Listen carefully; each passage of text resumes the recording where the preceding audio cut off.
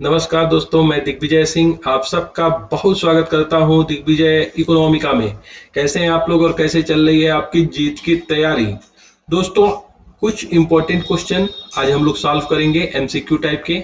और ये मैंने किसी स्पेसिफिक चैप्टर से नहीं लिए हैं, बल्कि ये मिसलेनियस क्वेश्चन है जो बहुत ज्यादा इंपॉर्टेंट है। हर तरह के कॉम्पिटेटिव एग्जाम में ये पूछे जाते हैं। तो पूरे ध्यान से, पूरे तन्मयता से पूरे वीडियो को बिल्कुल लास्ट तक देखिए। दिग्विजय इकोनॉमिका को अगर आपने सब्सक्राइब नहीं किया है तो दिग्विजय इकोनॉमिका को सब्सक्राइब करिए, ताकि इकोनॉमिक रिलेटेड सबसे ऑथेंटिक वीडियो और मटेरियल आपको मिल सके। इकोनॉमिक्स का मतलब दिग्विजय इकोनॉमिका। क्वेश्चन नंबर 1, ध्यान से सुनिए। At the rate at which RBI provides short-term loan to commercial bank is, एक दर जिस पे आरबीआई कमर्शियल बैंकों को अल्पकालीन लोन देता है। देखिए यहाँ पे शब्द बहुत इंपॉर्टेंट है, अल्पकालीन, शॉर्ट रन। और यही इस क्वेश्चन का सोल है। जब यहाँ क्वेश्चन ये दे कि आरबीआई कमर्शियल बैंकों को शॉर्ट रन में लोन देता है तो कौन सी दर होगी? देखिए, आरबीआई बैंकों को दो तरह से लोन दे सकता है। एक लोन वो दे सकता है लॉन्ग रन के लिए, और एक लोन दे सकता है शॉर्ट रन के लिए। जब वो शॉर्ट रन लोन देता है तो वो हमेशा रेपो रेट होता है। ये आपको मैं क्लास ले चुका हूं, लेफ आप पढ़े होंगे, liquidity adjust facility. Liquidity adjustment facility एक ऐसी फैसिलिटी है जिसमें आरबीआई कमर्शियल बैंकों को, रीजनल रूरल बैंक को, कोऑपरेटिव बैंक को, इवन गवर्नमेंट को शॉर्ट रन लोन प्रोवाइड करती है। यहाँ शॉर्ट रन का मतलब शुरू में 14 दिन लगाया जाता था, लेकिन बाद में इसे 3 मंथ तक आरबीआई ने बढ़ा दिया। और बाकी अब आप देखेंगे तो लॉन्ग रन में भी रेपो दिया जाना लगा है। लेकिन जो शॉर्ट रन लोन है हमेशा रेपो से हम लोग जोड़ के देखते हैं। तो यहाँ पे जो विकल्प के आधार पे इसमें जो आप देखेंगे सबसे सुटेबल आंसर है वो है रेपो रेट। बैंक रेट वो रेट है जिसपे आरबीआई कमर्शियल बैंक को दीर्घकालीन लोन देता है, और बैंक रेट पे ही आजकल पेनल रेट लगाया जाता है। अगर बैंक मान लीजिए आरबीआई के किसी किसी भी जो है नियम को फॉलो न करें, तो उसके ऊपर जब पेनाल्टी लगाने की बात आती है तो बैंक रेट से ही पेनाल्टी लगाता है। तो यहाँ पेनल रेट की बात की गई है। रिवर्स रेपो रेट में आरबीआई एक्चुअली लोन लेता है, देता नहीं है। तो इसका जो अल्पकालीन जो लोन का होगा, सबसे सही आंसर रेपो है। यहीं पे अगर यहाँ पे अल्पकाल शब्द की जगह पे दीर्घकालीन शब्द आ जाए या फिर कोई शब्द ना लिखा हो तो इसका आप आंसर आप बैंक रेट देते। देखिए दूसरा बहुत important question, mixed economy can be defined है। देखिए, एक मिश्रित अर्थव्यवस्था को आप कैसे परिभाषित करेंगे? देखिए यहाँ पे पूछा गया है मिश्रित अर्थव्यवस्था के बारे में। ये मैं देखता हूं कि क्वेश्चन कॉम्पिटिटिव एग्जाम में बहुत ज्यादा पूछा जाता है। आप जब देखेंगे कि भारत आजाद हुआ है और भारत की ग्रोथ स्ट्रेटजी क्या होनी चाहिए, इसके ऊपर एक डिबेट था। कुछ लोग सोचते थे कि भारत को socialistic pattern of society adopt करना चाहिए। कुछ लोगों का मानना था कि कैपिटलिस्टिक जो है एक आपकी सोसाइटी या फिर इकोनॉमी आपको आगे बढ़ानी चाहिए। लेकिन भारत में एक मिक्स्ड इकोनॉमी की बात की गई। नेहरू मानते थे कि भारत की जो समस्या का इजाद होगा वो मिक्स्ड इकोनॉमी से होगा। मिक्स्ड इकोनॉमी का मतलब ऐसी इकोनॉमी है दोस्तों जिसमें कोई existence of capitalism plus socialism, एक ऐसी इकोनॉमी जो कैपिटलिज्म और सोशलिज्म दोनों का समन्वय जिसमें हो, कोऑर्डिनेशन हो, उसको आप मिश्रित अर्थव्यवस्था कहते हैं। जब भी मैं कैपिटलिज्म की बात करता हूं तो इसका मतलब होता है मार्केट बेस्ड इकोनॉमी, या फिर जिसमें प्राइवेट लोग ज्यादा रूल करें, जिसमें प्रत्येक व्यक्ति की जो है हित जो है आगे हो, उसको आप जो है कैपिटलिज्म से जोड़ते हैं। सोशलिज्म एक ऐसी इकोनॉमी है जिसमें जो है हमेशा वेलफेयर को हम आगे रखते हैं, और इसमें जो है ये गवर्नमेंट बेस्ड इकोनॉमी होती है जिसमें गवर्नमेंट ज्यादा रोल प्ले करता है कि क्या जो है किया जाए, मैनेजमेंट कैसे किया जाए, प्रोडक्शन कैसे किया जाए, डिस्ट्रीब्यूशन कैसे किया जाए, इसमें ज्यादा रोल गवर्नमेंट का होता है। मिक्स्ड इकोनॉमी एक ऐसी इकोनॉमी होती है दोस्तों जो सोशलिज्म और कैपिटलिज्म दोनों का मिश्रण हो। मतलब जहां पे मार्केट बेस्ड भी हो, जहां पे प्राइवेट बहुत इंपॉर्टेंट रोल करे, साथ ही साथ जहां पे गवर्नमेंट का भी कोऑर्डिनेशन हो। तो देखिए यहाँ पे जो विकल्प दिया गया है मिक्स्ड इकोनॉमी में, देखिए जरा अच्छे से पढ़िए कि mixed economy can be defined as, मिश्रित अर्थव्यवस्था को परिभाषित कर सकते हैं। एक है coordination of government and private sector.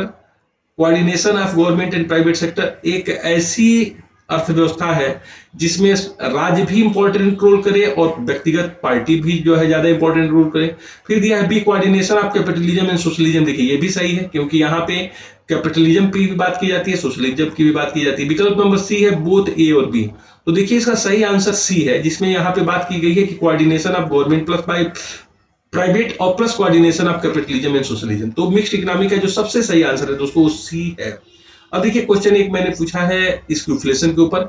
Skewflation can be defined. देखिए स्क्यूफ्लेशन क्या होता है? आपने इन्फ्लेशन की बात पढ़ी होगी। इन्फ्लेशन क्या होता है? जब इकोनॉमी में जनरल प्राइस लेवल बढ़े तो आप इसको बोलते हैं कि इकोनॉमी में इन्फ्लेशन आ गई है, गुड्स एंड सर्विसेज की प्राइस बढ़ रही है। लेकिन आप देखेंगे इंडिया में 2009 में एक सिचुएशन आया कि जिसमें कुछ रिलेटिव प्रोडक्ट की प्राइसेस बढ़ रही थी। जैसे आप देखेंगे जो पूरा हमारा फूड बास्केट था, फूड बास्केट में भी पूरे फूड का प्राइस नहीं बढ़ रहा था, ऑयल का प्राइस बड़ी तेजी से बढ़ रहा था, या फिर जो है पल्सेज की प्राइस कभी बहुत तेजी से बढ़ जाते हैं, कभी राइस की प्राइस बढ़ जाते हैं। तो कई बार रिलेटिव प्राइसेज बढ़ती हैं, सारी गुड्स एंड सर्विसेज की प्राइसेज नहीं बढ़ती हैं, बल्कि रिलेटिव प्राइसेज बढ़ती हैं। इस सिचुएशन को दोस्तों हम स्क्यूफ्लेशन कहते हैं। स्क्यूफ्लेशन एक ऐसी सिचुएशन होती है जो इंक्रीज इन जनरल प्राइसेज के रूप में नहीं होती है, इंक्रीज इन डिमांड के रूप में भी नहीं होती है, इंक्रीज इन रिलेटिव प्राइसेज, मतलब कुछ वस्तुओं और सेवाओं की कीमतें तेजी से बढ़ जाती हैं जबकि कुछ की नहीं। तो इसी को स्क्यूफ्लेशन कहा गया और इंडिया में ही इसको देखा गया था 2009 में। और एक तरह से आप देखिएगा इंडिया से ही निकली हुई ये कॉन्सेप्ट था और इकोनॉमिक सर्वे में आया था स्क्यूफ्लेशन, और बहुत इंपॉर्टेंट है कंपटीशन के पॉइंट ऑफ व्यू से। आप समझ गए होंगे स्क्यूफ्लेशन क्या है। स्क्यूफ्लेशन में सभी वस्तुओं या सेवाओं की बात या बास्केट में रखी हुई गुड्स एंड सर्विसेज की सभी वस्तुओं और सेवाएं जनरल प्राइस लेवल नहीं बढ़ती है, बल्कि कुछ स्पेसिफिक प्रोडक्ट की प्राइस बहुत तेजी से बढ़ जाती है। इसको आप स्क्यूफ्लेशन कहेंगे। क्वेश्चन नंबर 4 देखिए, in budget annual interest payment of government mention. देखिए अब बात यहाँ बजट की गई। देखिए आप बजट में आप जानते होंगे, इस पे मैंने पूरी की पूरी लेक्चर लिया है, बहुत ध्यान से देखिएगा। बजट में बेसिकली दो चीज होती है। एक तो गवर्नमेंट क्या क्या खर्च करेगी, उसके एक्सपेंडिचर क्या होंगे, उसका प्लान होता है, एक्सपेंडिचर का प्लान होगा। और दूसरा गवर्नमेंट को क्या क्या प्राप्तियां होगी, रिसीट्स का प्लान होगा। दो चीजों का मतलब कहां कहां किन किन मदों के ऊपर आपको खर्च करना है, इसके ऊपर पूरा का पूरा ब्यौरा होगा। और रिसीट्स कहां कहां से प्राप्ति होगी, चाहे वो टैक्स से प्राप्त कर ले या फिर नॉन टैक्स से उसको मिल जाए, या फिर गवर्नमेंट बारोइंग कर ले, आईएमएफ से ले ले, वर्ल्ड बैंक, ये सारी चीजें आ जाएगी रिसीट्स में। और किन किन मदों पे क्या क्या खर्च करेगा यहाँ पे आ जाएगी। अब पूछा है कि बजट में कई तरह के खर्चे होते हैं, तो यहाँ पे पूछा है annual interest payment. Annual interest payment का मतलब है भारत सरकार जो है देश के बाहर से, जैसे आईएमएफ से लोन लेती है, वर्ल्ड बैंक से लोन लेके आती है, या फिर रेस्ट ऑफ द वर्ल्ड में आप देखिए कहीं से भी लोन ले सकती है। तो एनुअल उसको ब्याज देना पड़ेगा। लेकिन ये इसी तरह आप देखिए इंटरनल भी लोन ले सकती है। जैसे मान लीजिए कि हम ही लोग को लोन ले रही है, जैसे मान लीजिए कि लॉन्ग रन के लिए लोन हम लोग जीपीएफ के माध्यम से दे रहे हैं गवर्नमेंट को, या ट्रेजरी बिल या फिर बॉन्ड्स के माध्यम से।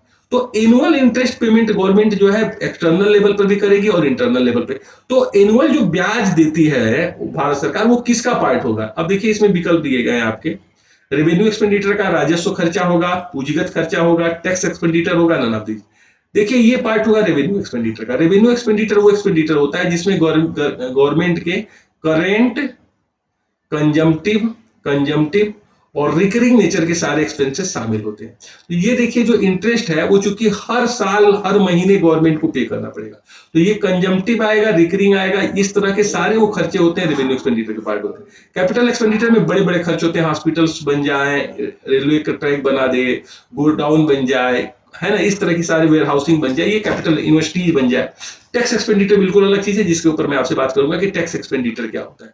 तो यहाँ पे सही आंसर है रेवेन्यू एक्सपेंडिचर। तो दोस्तों इस तरह से कुछ इंपॉर्टेंट क्वेश्चन को हम लोगों ने मिलजुल के सॉल्व किया है। कोविड की सिचुएशन थोड़ी सी कम हो रही है, लेकिन आपको लापरवाही बिल्कुल नहीं करना है। मास्क पहनिए, हाथ को सैनिटाइज करते रहिए, कम से कम घर से बाहर निकलिए जब आवश्यकता पड़े तब। लेकिन सबसे ज्यादा जोर पढ़ाई को दीजिए, पढ़ते रहिए, कुछ अच्छा करते रहिए, कुछ बहुत अच्छा करते रहिए। Thank you so much for watching Digvijay Economica. God bless you dear friends.